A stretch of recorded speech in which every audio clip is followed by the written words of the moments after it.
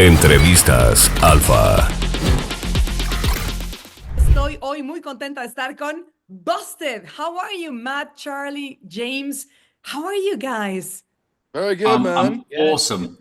I love the way you speak. Oh, thank you. Like And just I know hearing you speak talk too. is just so cool. We're so excited to come over. We can't wait. Thank you. Thank you. We're very excited because we will have you here very, very soon. But first, I want to start asking you guys because you formed Busted in 2000. You were really young, by the way. You stayed together till 2005. Then you took different ways to focus on different projects. And then on 2015, you reunited, and here we are. So I want to know what inspired your reunion in 2016, and how has your music evolved since then?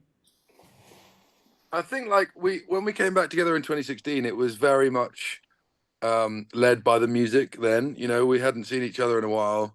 And we decided to like go over to Philadelphia and do a secret writing trip that no one knew about. So we met in New York, and then we drove down to Philadelphia to work with one of James's friends, who's like a writer producer. And we ended up sort of coming back from that trip thinking, oh, this is exciting. And it just felt very natural. Do you know what I mean? It wasn't really forced. We didn't sort of preset anything in our minds like we have to do this or that. It was just like this is a good vibe, let's go with it.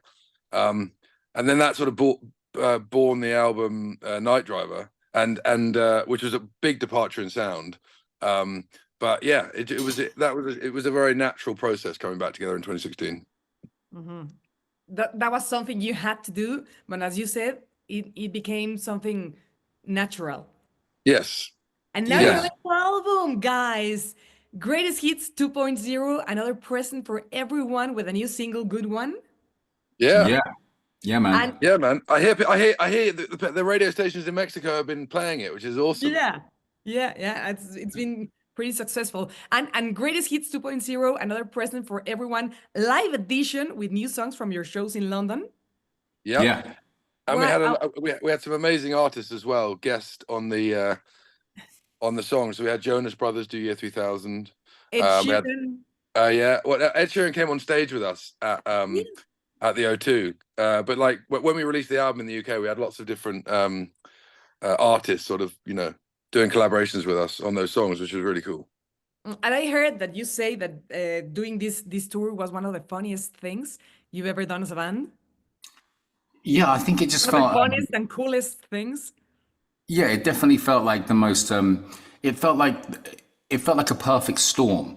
Like it felt like everything was kind of leading to that moment. Like it was a 20-year anniversary of us kind of releasing music, and it kind of felt like everyone. I don't know, like we've been through a lot as a planet, and I felt like it was like we're all in a big arena, jumping up and down, pretending we're kids again, having the best night of our life. It just felt like the most perfect moment, and it felt like the perfect time for that to happen. It was awesome. Because you were enjoying your life, enjoying music, enjoying being together again. And let's talk about this new music, Good One, and One of These Days.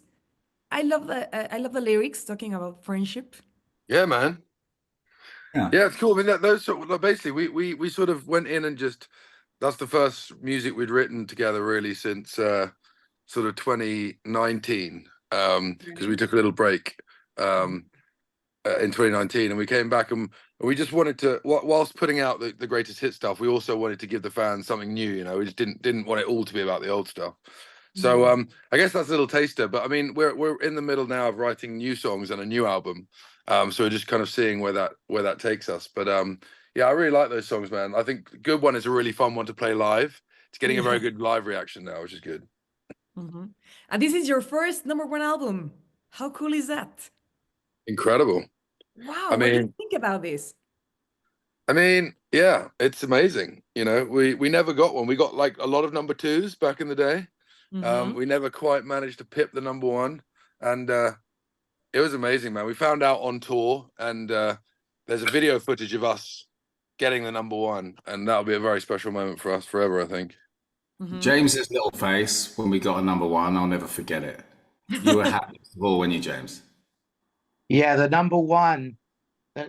When we found out that we were number one, we were backstage on tour. No, we were. Where were we? We were in the hotel. Hotel. Who We told were in the you? hotel that was next to the venue, Okay. and we got told the news, and we really wanted it, and we actually thought that it was very up in the air. It wasn't like a guaranteed thing, so we didn't know until the very last moment. It came down to the wire at the very last moment because we had Olivia Rodrigo, who was doing well throughout the week, and we thought there was a chance, knowing our luck, that all the other ones will be number two like all the other ones.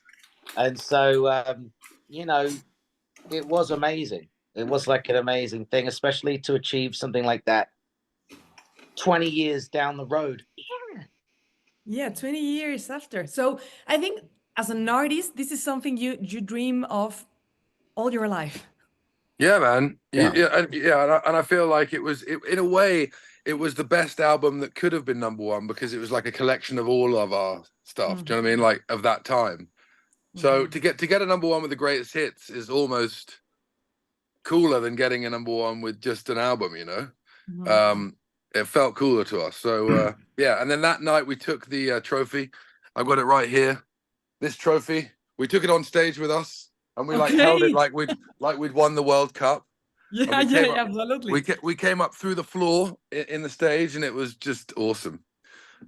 So yeah, that's a really special moment for us. It was really cool. Yeah, congratulations, guys. And how do you think your music has influenced the pop rock landscape, and what impact do you hope to leave on future generations? Well, I think it's had a very big knock-on effect from when we first came out. I look at there's things over the last 20 years, and I feel like that definitely feels like it's had some kind of influence, maybe. But and the things that influenced us, as well, like the bands like Blink-182, or even bands in the early 2000s who are having hits like Wheatus or Smash Mouth or Third Eye Blind, bands that were sort of very mainstream back then, that were on the radio, doing very well in America, weren't really happening in a pop way in England. It was different for us to be launched and marketed the way that we were marketed as a band that played guitars. It was completely different. There was nothing else like it in that lane. And off the back of it, I think a lot of things happened. I think the Jonas Brothers are a good example. I directly, the guy that signed the Jonas Brothers said, he called me on the phone and said, we would like to do a band with Nick and his brothers, and we would like it to be like Busted, and we would like to sing some of your songs. And so that was the plan for them from the beginning. We were like a template for that band, and they've had a lot of success, and they've influenced people. So there's definitely a very big Busted ripple effect, Yeah, and I think also there's bands that are younger than that, some of which were on the album, like All Time Low and Neck Deep. Do you know Neck Deep in Mexico? Neck Deep. Neck Deep, there in Mexico. Or All Time Low, I would have thought All Time Low. Okay. Well, so anyway, there are bands that are big in the US and do well in England. And like Busted was one of their first albums that they listened to. They were probably like 10 years old when Busted first came out, and now they're in their 20s. Yeah, they're kids, yeah. And they credit Busted with sort of being the reason they pick up a guitar. And I feel like that's a real honor as a band to look at artists now that are doing very well and thinking that Busted is like a catalyst to them picking up a guitar is cool. Yeah.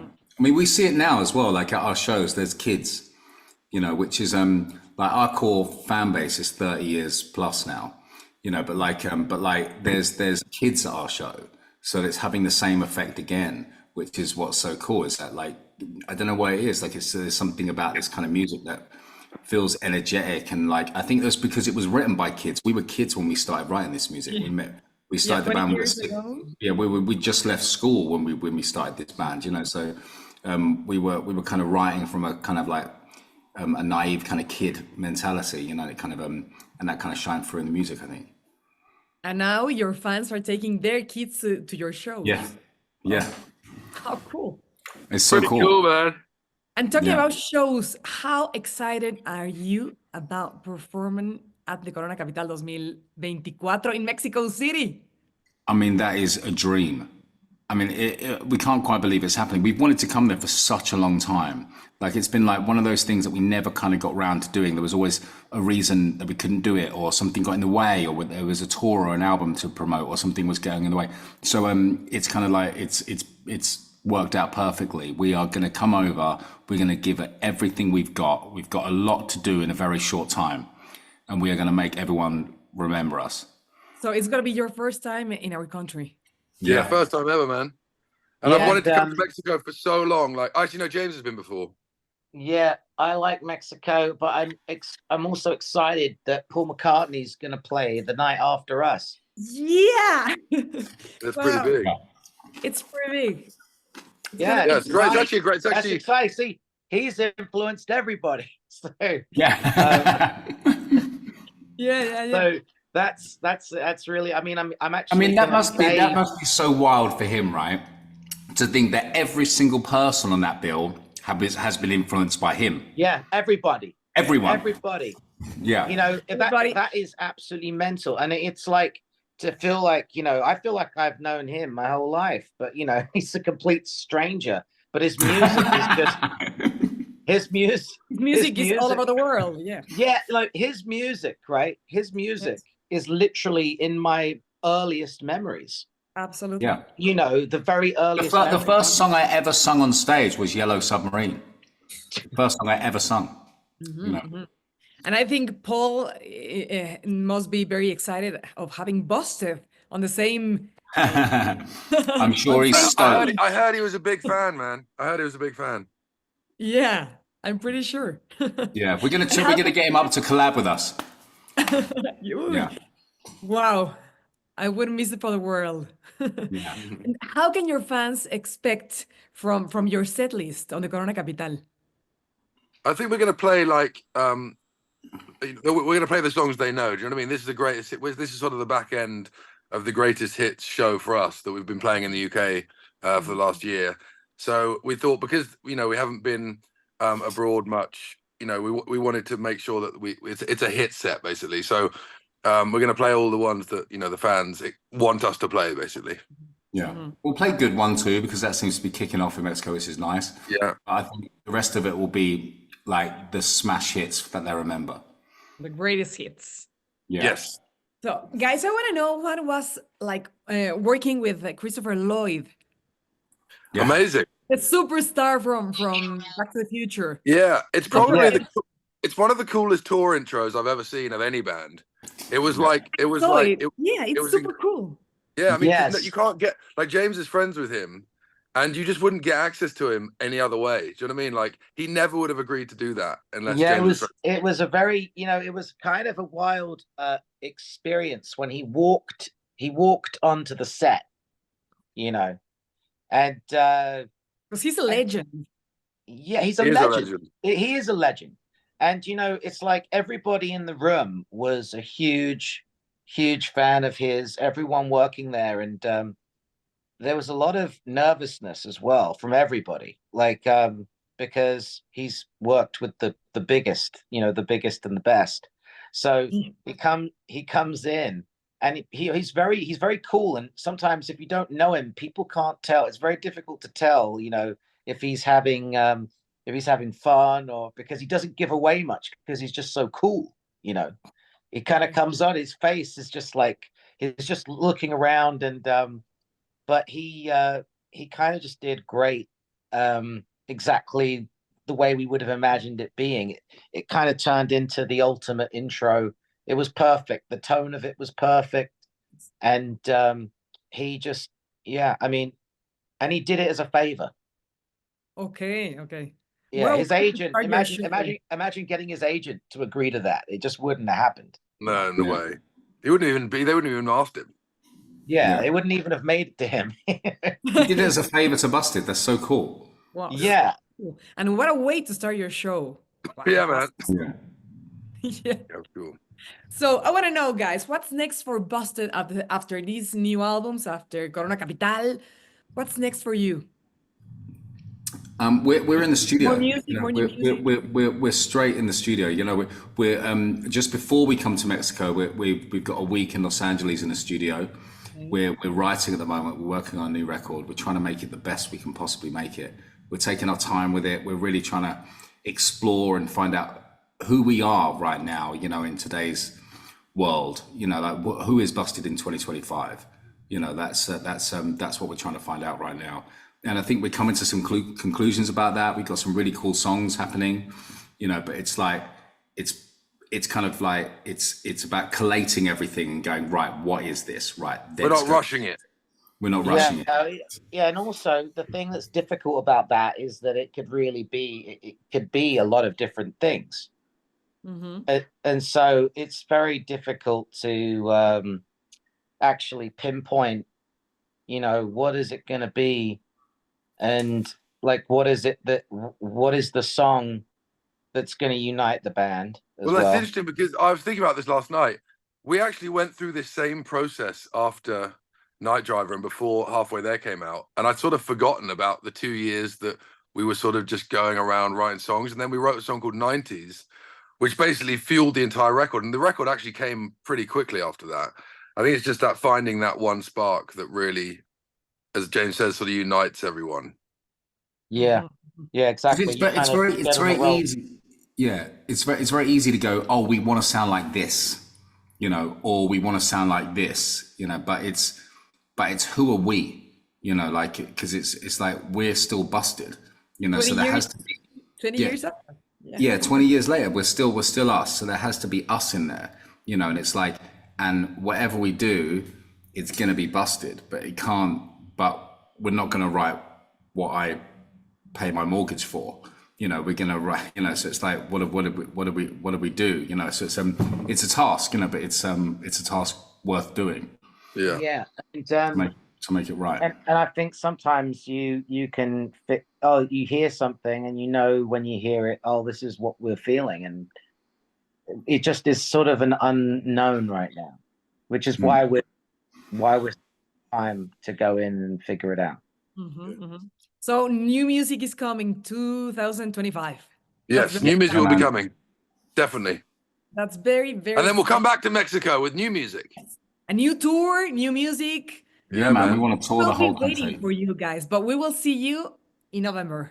Brilliant. Thank you so much, man. Corona Capital. Do you want to say something to your Mexican fans? We just want to say, I'd like to say, you've asked us so many times to come over. Like, I always see people saying, come to Mexico, come to Mexico. So I'm so pleased that we're finally coming.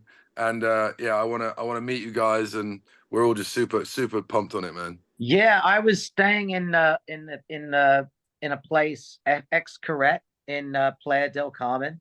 Beautiful place. I had a DM from someone that worked at the hotel saying, oh my goodness, I love Busted. And you know, I never got a chance to see him, but it's just cool to know that there's people in Mexico that care.